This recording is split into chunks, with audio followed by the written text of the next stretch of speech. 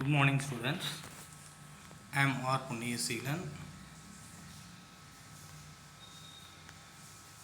Assistant Professor, Department of Commerce, Bank Management, St.Joseph College, Cuddalore.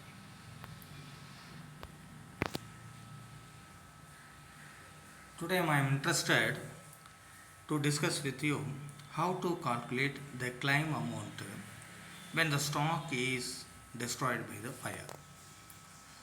All the business organization insure their property, and it is very essential because no one knows what happened next. The happening of natural calamities is unknown. Hence, the business organization took insurance policy to safeguard from the possible losses. There are two types of insurance policy which is taken by business organization to avoid the losses. First one is the insurance policy on stock and other property. The second one is insurance policy on loss of profit. Loss of profit.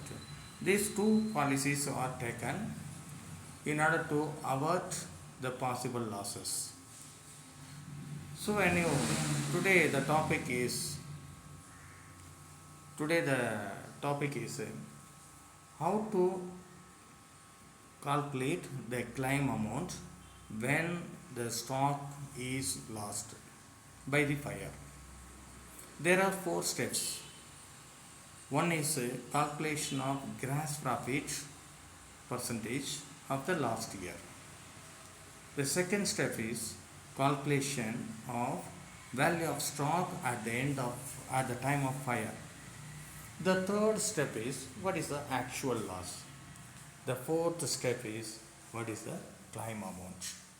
So these 4 steps are to be sequentially followed to calculate the amount of claim when the stock is destroyed by fire. The first steps.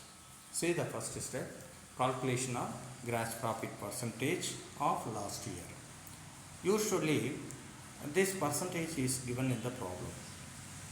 So you take the percentage and apply with sales, apply with sales. Then you have to find out the ratio as the formula given here, that is gross profit divided by sales into 100. See the example, the gross profit is 40,000 and net sales is 8 lakhs and into 100. So that will give the percentage. You can calculate like this. And the next situation is the problem is silent on gross profit percentage. At the time we have to prepare a trading account. So usually trading accounts have the common items. It starts with opening stock, purchases, wages, other direct expenses. All these are entered in the debit side of the trading account. On the credit side, sales and closing stock. So these two are entered in the credit side of the trading account. The difference between these two sides is called gross profit. You take the gross profit, apply the above mentioned formula, that is a gross profit divided by sales into 100. So that will give the percentage. This percentage is very essential to calculate the value of the stock at the time of fire, because the fire is happened in between the year, in middle of the year or end of the year or beginning of the year. So we have to calculate the value of stock based on the last year gross profit. One assumption is that the current year is earning the same pattern of profit of the last year. That is the basic concept. Go to the second steps. The second steps, calculation of value of stock. Here you have to prepare a trading account. That trading account is common, same as that of previous one. It will start with opening stock, purchases, wages, other direct expenses in the debit side, and sales and closing stock in the credit side. So here we cannot have the value of a closing stock. That value is not available. How much stock is destroyed? That fire is occurred. Fire is occurred. That fire occurred. The value of stock cannot be counted, cannot be calculated or counted. So the value of closing stock is value is missing.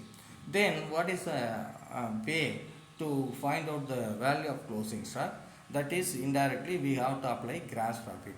So see the debit side, the gross profit gross profit must be applied. How do you calculate the gross profit? You take the current sales in the credit side. Credit side you see the sales. Take the sales and apply the gross profit percentage of last year. Gross profit percentage of last year by divided by 100. Then it will be give some amount of profit. That amount of profit must be inserted in the debit side of the trading account. Now all the debit side items are filled. The total of the debit side is taken to credit side. Then you have to find the difference between sales and total of the credit side. That amount balancing value is called closing stock at the time of fire. So this is the way to find out the value of stock at the time of fire. Then you go to the find out how much loss you sustained. Here sometimes when the fire occurred, some stocks are saved, some stocks are fully destroyed, some stocks are partly destroyed. So you have to save some amount of stock. So you have to find, when you find the actual loss, stock on the date of fire, which is calculated step number 2. The stock on the date of fire minus saved stock. How much stock you saved? That is the actual loss of the stock destroyed. So that is you apply this formula and find out the actual loss of stock or actual value of stock destroyed by fire. Then go to the claim amount. There are two policies. One is average class. That means the company may take the equivalent value of take the policy equal to value of the stock in the godown. It is one type. Another one company, the fire occurrence is not common. So they take insurance policy lesser than what they have the closing stock in the godown. Value of the closing. So that is less than value of the closing stock. There are two type of situation in arises. When the company take equal value of policy equal to value of stock in the godown, so there is no need for apply average class. So at that time the claim amount is the actual loss. That is what you calculated in the step number 3. When the business take a policy, when the company take policy, that is when the company take policy lesser than value of stock in the godown, at the time only you have to apply the average class.